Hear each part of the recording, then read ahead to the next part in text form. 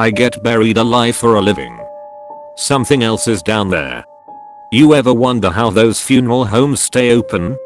You know the type, faded signs out front, called something like Bartholomew and Sons, only staffed by 3 pale old men in ill-fitted black suits, open 364 days a year in a town of about 1,000. They'll tell you funerals are expensive. That they only need a few to pay the bills. Bullshit. There's a reason all these tiny funeral homes can stay open, and I'm going to tell you. Listen close. I'll only say this once.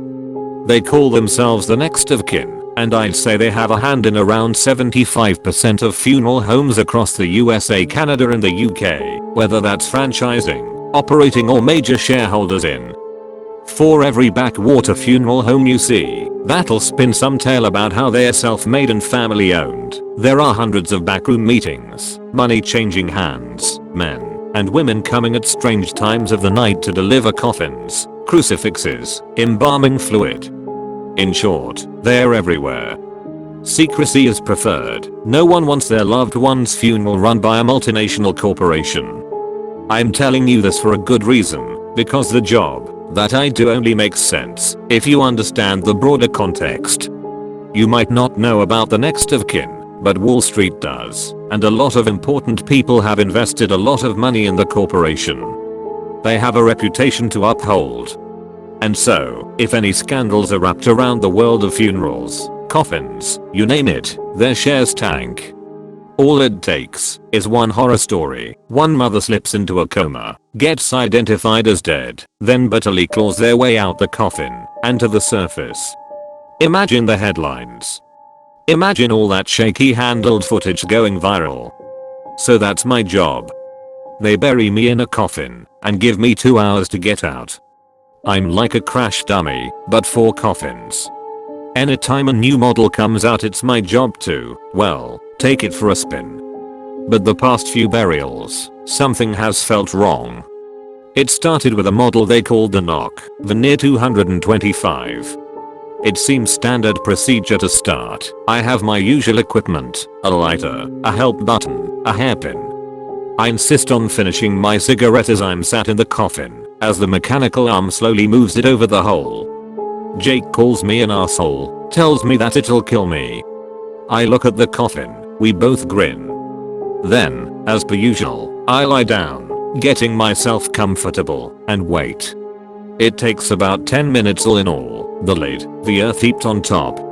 I wait for a while, taking my time to breathe deep, mentally telling myself that this is not permanent, that worst comes to the worst there's an easy way out. I go through this process each time, running through the motions of reassurance, making sure that I know that this isn't forever. It's my way of talking my body out of a panic, of making sure that whatever happens, my unconscious doesn't kick into overdrive and leave me with a panic attack. Then it's the checklist. I push each corner of the lid, work the hinges with the hairpin, kick the sides as best I can. Nothing. I'm about to carry out the last few parts, and then let the guys know on the surface that this one's secure, when I hear something. Something far off, I think, but large.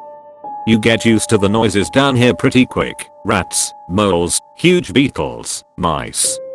There's a sort of frenzied patter, their little legs working the dirt, and then a moment of silence. They assess the situation, whiskers or antennae twitch, and then they start again. Sometimes they'll bump against the sides of the coffin, readjusting their course before moving on. But something about this is different. Now this might just be my brain getting overactive, since I'm buried 6 foot deep in the pitch black, but whatever it is, it feels like it's looking for something. And not in the same way animals hunt. There's a seeming randomness to animals' movements, something frantic to it. The tunnels they dig aren't based off any blueprints, they're shaky and curved and strange. But whatever this is, it's moving with almost mathematical precision. I can hear it clearly. Sound carries surprisingly well underground.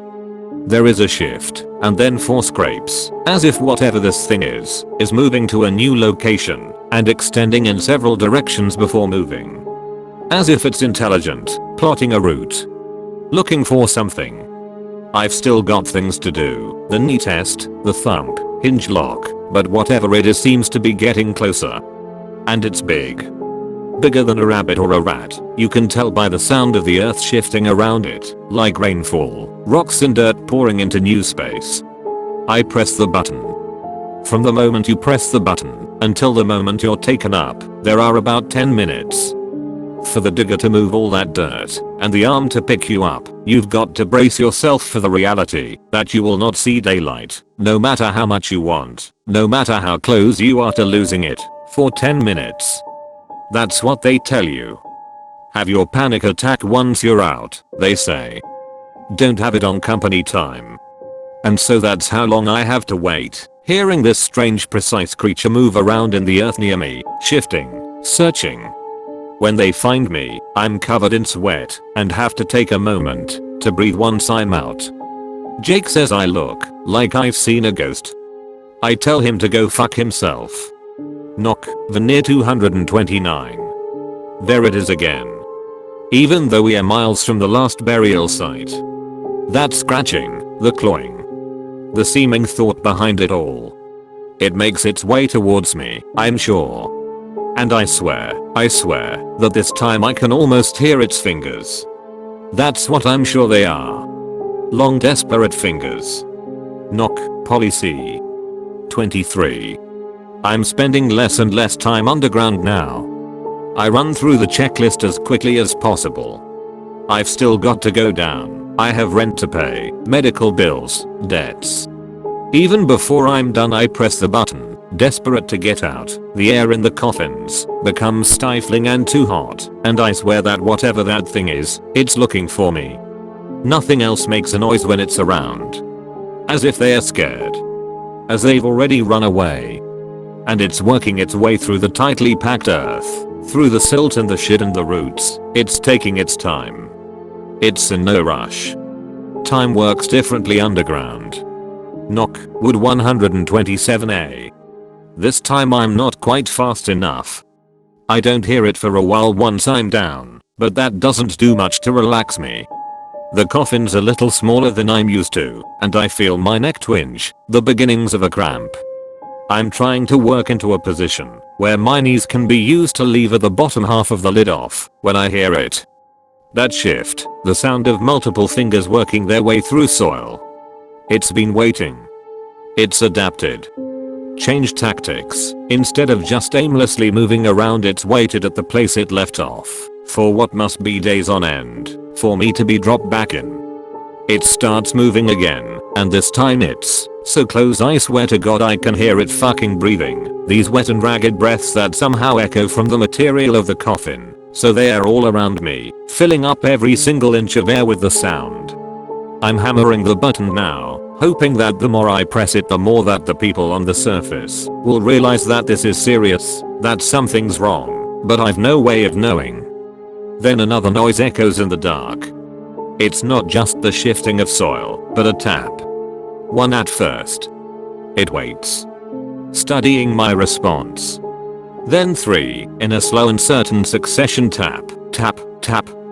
I swallow. I can hear my throat contract, the sound of my heart hammering my ribs, and I'm suddenly aware of the dense weight of the earth above me, all pushing down, and onto the lid of the coffin, stones, and roots and seeds all pressed so tightly together I can hardly breathe. Tap, tap, tap. It's getting faster now. It knows it's found the right thing, knows it's found whatever it's been looking for. I'm trying as hard as I can not to cry, not to scream, or shout or just bang my forehead against the lid until it knocks me unconscious. Tap tap tap tap tap. Now its breath is speeding up, excited, gurgling, and I feel as if it's pushing its face, or whatever it has that counts as a face, against the side, and that it's breathing me in, my scent, my sweat, my fear. Not just tapping now but smooth sounds, the noise of someone running their hand along the side, searching for a weak point, an opening, a hinge. The sound of someone scratching the wood, pressing their weight against it.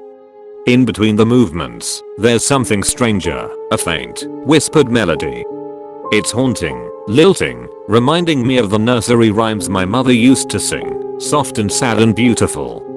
This half singing, Half humming is getting louder with each moment, and I can't make out any words, but just the melody that loops over and over on itself, as if whatever it is knows I can hear Anne. It doesn't just sound like one voice anymore, but dozens, all half singing the same tune, soft and ominous, and building to something Anne. It finds the hinge and I can hear it testing the metal, the thin scratching, and just as I'm about to scream, to completely lose my mind, I hear the familiar rhythm of the digger.